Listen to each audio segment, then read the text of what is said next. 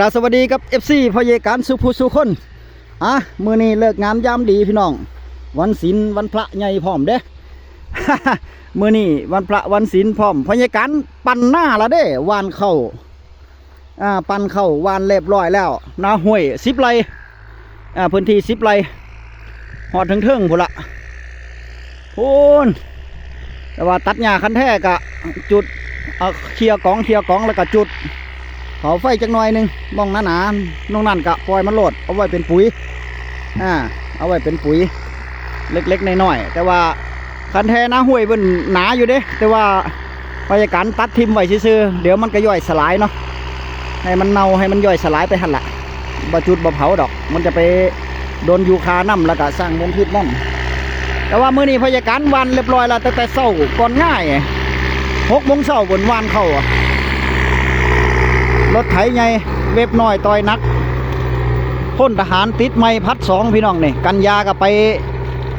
ทหารแล้วนี่กันยานี่จะไปทหารแล้วให้เพิ่นมาปั่นให้ทั้งไถทั้งปั่นพี่น้องไถปั่นไล่ละ800 บาทไถปั่นไล่ละ800 บาทเด้ปีนี้ถือว่าสูงเติบเป็นประวัติศาสตร์เลยแต่ว่ามือนี้เด้น้ำมันลงราคาน้ำมันก็ลงอีก50 เด้มือนี้นั่นน้ำมันเหลือ40 บาทแล้วเดี๋ยวค่อยถามเพิ่นอีกรอบนึงเนาะว่าไอ้ตกลงเอาเท่าใดแท้นั่นน่ะค่ารถไถรถปั่น700ได้บ่จังซี่เนาะครับเนาะเพราะว่าน้ำมันก็ลงราคาแล้วซุ่มนี้มันจะเกิดดีอยู่พอดินมันซุ่มพี่น้องพอยาการเปิดโซลาร์เซลล์เอาน้ำให้งัวให้คุ้ยไว้เนาะครับเนาะเห็นบ่หญ้าเขียวๆนี่เขียวๆกันบ่แม่นหยังนี่หญ้าผือหน่อยเด้พี่น้องหญ้าไหลหญ้าผือหน่อยนั่นถ้าปั่นแล้วก็แล้วดอกสร้างมันไถเรียบร้อยแล้วไถปั่นเรียบร้อยก็ล่อฟ้าล่อฝนมื้อนี้นี่เบิ่งฟ้าเบิ่งฝนน่าจะตกลงมาอยู่ดอกพยาการว่าเมื่อวานนี่อำนาจเจริญตกในเมืองตกในเขตอำเภอเมืองแต่ว่าพยาการกับอำเภอเมืองแต่ห่างมา9 กิโลแต่ว่าบ่มีฝนบ้านพยาการบ่มีฝนบ่มีฝนแต่ว่าไอ้แถวอำเภอลำนกท่าจังหวัดยโสธรแถวอำเภอเมืองอำนาจเจริญแถวในเมืองนั่นน่ะตกอยู่เด้แถวชานุมงชนุมานนี่ตกอยู่พี่น้องเขมราชชนุมานนี่ตกอยู่ตกแห้งเติบแต่ว่าบ้านพยาการนี่บ่ตกเมื่อวานนี่บ่ตกเลยฝนรอลุ่นอยู่เบิ่งตอนหัวค่ำนี่ฟ้าเหลี่ยมมาบเด้ ฟ้าเหลี่ยมฟ้าห้องฟ้าข้างอยู่ตอนหัวค่ำนั่นก็นึกว่ามันสิตกขึ้นเมื่อคืนบ่ว่าไปมาบ่ตกเว้ยแต่ว่าเบิ่งท้องฟ้ามื้อนี้นี่บ่มีแสงแดดเลยเด้ตั้งแต่เช้ามานี่บ่มีแสงแดดเลยเมื่อวานพยาการตัดหญ้าคันแท้ก็บ่ค่อยร้อนเท่าใดมันมันลมเย็นๆน่ะลมฝนน่ะลมเย็นๆก็ไข่อยู่นั่นน่ะมันลมเย็นๆก็เลยบ่ร้อนหลายเนาะครับเนาะมื้อนี้ก็ถือว่าได้เลิกได้ยามดอกวันที่24 เมษายนพุทธศักราช2569วานละเด้อเข้านาห้วย10 ไร่วานแล้ววานเรียบร้อยแล้วประหยัดต้นทุนแบบสุดๆเด้อพี่น้องเด้อประหยัดต้นทุนแบบสุดๆเนาะครับเนาะก่อนจะวานเข้าก็เอาปุ๋ยขี้ไก่อัดเม็ดซะก่อนเด้อเมื่อวานเอาปุ๋ยขี้ไก่อัดเม็ดนี่เมื่อวานวันหนาๆเลยวันหลายๆเลยวานหลายเท่าใดแห่งดีเข้าเขียวเข้างามปุ๋ยสุดลำต้นปุ๋ยเคมีไม่ต้องได้ใส่เลยมันกลับประหยัดเงินไปติล่ะจะวานต่อกระสอบกี่ไรอันนั้นก็ขึ้นอยู่กับความพึงพอใจของเฮาถ้าเฮามีเงินหลายๆเฮาก็วานหลายๆโลดมันปรับสภาพดินให้เฮาเนาะครับเนาะปุ๋ยขี้ไก่อัดเม็ดเด้อพี่น้องเด้อพยาการบอกให้สิ้นเดือนนี้ก็ปรับราคาเพิ่มขึ้น10 บาทแล้วเด้เพราะว่ารถรวมที่วิ่งแล่นรวมเนี่ยเพิ่นบ่ไหวเพิ่นว่าค่าน้ำมันมันแพงก็เลยขอเพิ่นว่าหลังสงกรานต์หลังเดือนเมษาซะก่อน1 พฤษภาคมค่อยปรับขึ้น10 บาทจะปรับค่าน้ำมันนั่นแหละปรับปุ๋ยขึ้นนั่นแหละ10 บาทรวมกันแล้วเนาะครับเนาะ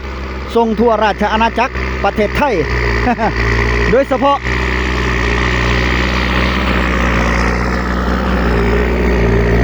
โซนภาคอีสานเด้อพี่น้องเด้อ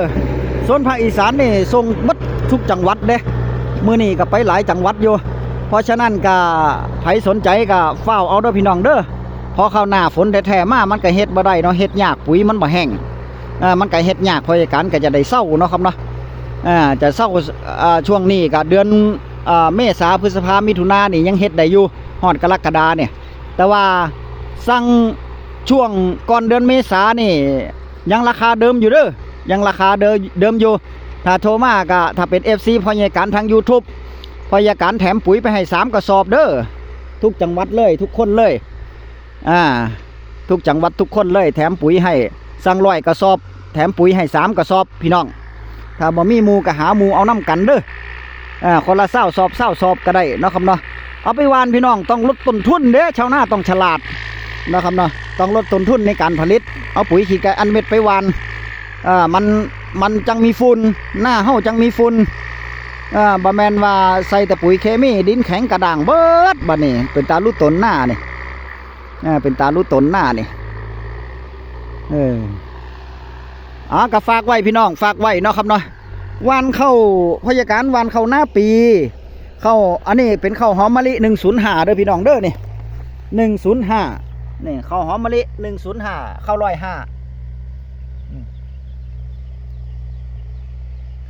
วันที่เรียบร้อยแล้วก็ถือว่าบัญชีบะห่างนอกพอดีพยาการว่าพอดีอยู่ปีกายกับวันซ้ำนี่แหละแต่วัน2 รอบพุ่นได้ปีกายเนี่ยมันเฮ็ดลานะมันเฮ็ดล่าไอตอนแรกนี่มันก็วานก่อนอยู่วานช่วงมันแรงพอดีเข้าก็บ่ค่อยเกิดเท่าใดเนาะแต่ว่าถ้าปล่อยไว้โดนๆมันก็จะเกิดอยู่พยาการว่าอันนี้ใจห่อนใจหาวโพดก็เลยไปวัดปั่นรอบ2พอไปปั่นรอบ2วานก็บ่ค่อยเกิดเท่าใดเด้บ่ค่อยเกิดเท่าใดนะครับนะไปมาได้หากามาซ้ำเอาแล้วนาห้วยมันเฮ็ดยากเด้เป็นนาดินเหนียวนาดินช่ำเวลาฝนตกมาน้ำมันหงนี่เท่าวานล่าดิโอ้ยเขาเน่าเบิดเขาเน่าเบิดบัดนี้แล้วจะให้ดีนี่ก็คือวานก่อนไว้เลยวานแห้งปั่นแห้งไว้เลยพี่น้องวานแห้งปั่นแห้งไว้เลยนะครับนะมันจังง่ายเนี่ยนะมันจังง่ายแต่ว่าทั้งนี้ทั้งนั้นก็อย่าลืมลองพื้นด้วยปุ๋ยขี้ไก่อัดเม็ดเด้อเวลาเขาไถเรียบร้อยแล้วเวลาเขาไถเรียบร้อยแล้วหรือว่าเขาจะวานก่อนไถก็ได้เด้อถ้าจะง่ายที่สุดนี่ก็คือวานก่อนไถเขาวานขี้ปุ๋ยขี้ไก่อัดเม็ดแล้วก็ไปไถกบเลยอย่างสี่นี่มันจังเอารถลงได้เนาะครับเนาะแต่ว่าพอใหญ่การกับตอนไถกับบัท่านมาเนี่ยก็เลยมาวานพร้อมเข้าไถเรียบร้อยแล้วเอาขี้ไก่อัดเม็ดมาวานมานี่เอาปุ๋ยขี้ไก่อัดเม็ดมาวานวานเรียบร้อยแล้วก็เอาเข่ามาวานปุ๋ยขี้ไก่อัดเม็ดวานมาวานแต่ว่าตอนเช้านี่ก่อนง่ายนี่ก็วานเข่าจังสี่นะแล้วก็มาไถแล้วก็มาปั่นกบเลยมาปั่นกบไปเลยมาปั่นมาหยังกบไปเลยมันจังได้กบปุ๋ยไปน้ำเนาะเวลาน้ำมาน้ำยังมากก็จะได้บ่ไหลแต่ว่าถ้าน้าถ้าเขาบังคับน้ำได้นี่ก็คือเขาเหลือน้ำน้อยเหลือน้ำน้อยเดียวแล้วเขาบังคับน้ำได้แล้วก็เขาเอาปุ๋ยขี้ไก่อัดเม็ดไปใส่เครื่องพ่นแล้วก็หรือว่าไปหว่านไปพ่นใส่นี่โอเคเด้แบบนี้เนี่ยน้ำแดงจึงครึ่งหูแล้วมันได้ฝุ่นในหยังเข้าก็งามเนาะเข้าก็งามเพราะฉะนั้นก็ฝากไว้ในเด้อพี่น้องเด้อปุ๋ยขี้ไก่อัดเม็ดพยาการของแท้เด้ไผจะว่าแพงไผจะว่าถือกระบะหูแต่ว่าพยาการเอาราคาเกษตรกรเนาะพี่น้องเนาะแต่ละจังหวัดโทรติดต่อพยาการได้ตลอด24 ชั่วโมงมื้อนี้ก็ส่งหลายจังหวัดอยู่065-271-9722 065-271-9722พยาการฮับเองนี่พี่น้องพยาการฮับเองขายเองนะครับเนาะแต่ว่ารถในการส่งก็วิ่งร่วมไปเก็บเงินปลายทางพี่น้องเก็บเงินปลายทางลงของเรียบร้อยแล้วค่อยจ่ายเงินปุ๋ยขี้ไก่อัดเม็ดปุ๋ยขี้ไก่น้ำหนัก50 กิโลกระสอบหนึ่งน้ำหนัก50 กิโลคือกัน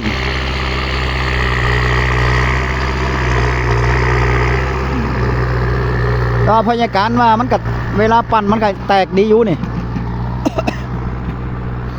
มันก็แตกดีอยู่มันก็แหลกดีอยู่เนี่ยบรรยากาศย่านมานี่ไอ้มองนาไก่เคียงติดกันนี่เพิ่นว่าเพิ่นก็จะไถก่อนวันที่26คือกันด้วยนี่เพิ่นก็จะไถคือกันเพราะว่าตอนนี้มันไถเข้าอยู่ดินมันซุ่มเพราะว่าฝนตกมา 2-3 มื้อก่อนนี่ฝนตกแห้งเติบเด้นาบ้านนาห้วยเนาะครับเนาะแต่ว่านาโคกนี่โอ้ยฝนบ่ค่อยมีว่าซั่น ฝนบ่ค่อยมีนาโคกเนี่ยไถยากอยู่พยาการก็เลยเอาก่อนหมู่เลยปีนี้เนี่ยบ่ไหวมันบ่แม่นหยังดอกพี่น้องเอ้ยเวลาเฮาเฮ็ดหน้าบันทึกจังหวะจังเว้งมาเวลามันมีน้ำนี่มันยากกับเจ้าของย่ามเฮาไถเฮาปั่นนี่มันยากไถกับรถบ่อยากจะมาจ้างรถก็บ่อยากจะมา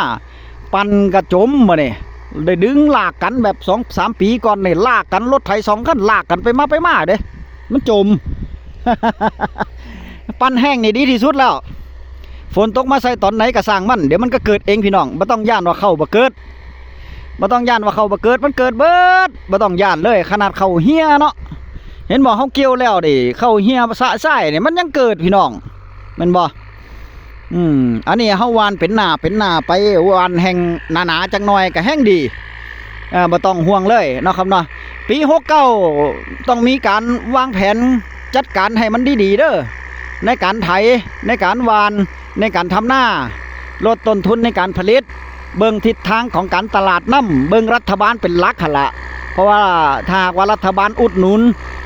รัฐบาลหาช่องทางให้กับเกษตรกรชาวนาในทางที่ถูกต้องบ่รับเอียงไปทางนายทุนราคาเข้าก็จะเป็นราคาคือเก่านะครับเนาะยังน้อยได้100,000 ละ 2,000หรือว่าตันละ 16,000 17,000นี่ก็โอเคแล้ว16,000 17,000นี่บ่ฮอดแต่ว่านโยบายของนายกอนุทินนี่เข้าตันละ 18,000เลยพี่น้องเด้อปีหน้านั่นเพิ่นว่าราคาเข้าหน้าปังนี่ตันละ 10,000เข้าหน้าปีนี่เข้า1หอมมะลิ105นี่ตันละ 18,000ว่าซั่นเพิ่นว่าอันนี้นายกเพิ่นตอนเพิ่นหาเสียงเด้นี่ตอนเพิ่นหาเสียงตันละ 18,000 บาทราคาเข้าปี69นั่น69/70นี่เพิ่นว่าจะเฮ็ดให้มันได้ก็มารอรุ่นรอเบิ่งว่าถ้าตันละ 18,000 บาทนี่โว้ยเกษตรกรชาวนาเฮาก็ยินได้เปื่อยพุ่นล่ะเข้าหน้าปังตันละ 10,000จังซี่นี่โอ้ยให้มันได้สักปีแน่เนาะแก้ปัญหาชาวนาให้มันได้สักปีแน่มีความจริงใจกับชาวนาแบบคุณหมอวรงค์เว้าหั่นล่ะเนาะครับเนาะในการแก้ปัญหาให้กับพี่น้องเกษตรกรชาวนาภาคพื้นการเกษตรเฮาบ่ว่าจะเป็นผลหมากรากไม้บ่ว่าจะเป็นสินค้าทางการเกษตรเฮ็ดให้มันมีราคาดีๆแหมบ่แม่นว่าโอ้ยพอยามมากกับปีไหนกับปีนั้นมีปัญหาสุปีพยาการว่าอีหลีก็ฝากไว้พี่น้องดึงปุ๋ยขี้ไก่อัดเม็ดของพ่อใหญ่การโทรมาได้0652719722แล้วอย่างที่2ลดต้นทุนในการผลิตนะครับเนาะ3เบิ่งทิศทางแนวทางแนวนุ่มของการตลาดไปนำเบิ่งฟ้าเบิ่งฝนไปนำพี่น้องเกาะติดสถานการณ์ไว้การเฮ็ดให้เฮ็ดหน้าเบิ่งกรมอุตุไว้เนาะครับเนาะถ้าหากว่าฟ้าฝนมาแห้งมาหลายก็อย่าเฝ้าเฮ็ดเฝ้าทำถ้าหากว่ามันฝนมันพอทิ้งช่วงหรือว่ามันพอวันได้ก็วันอย่างช่วงนี้เนี่ยพอวันได้ก็วันเด้อเข้าพอวันได้ก็วันโลด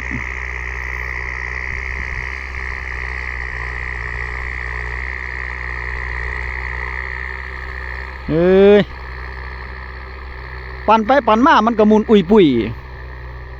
หน้าดินเนี่ยบ่ต้องห่วงเลย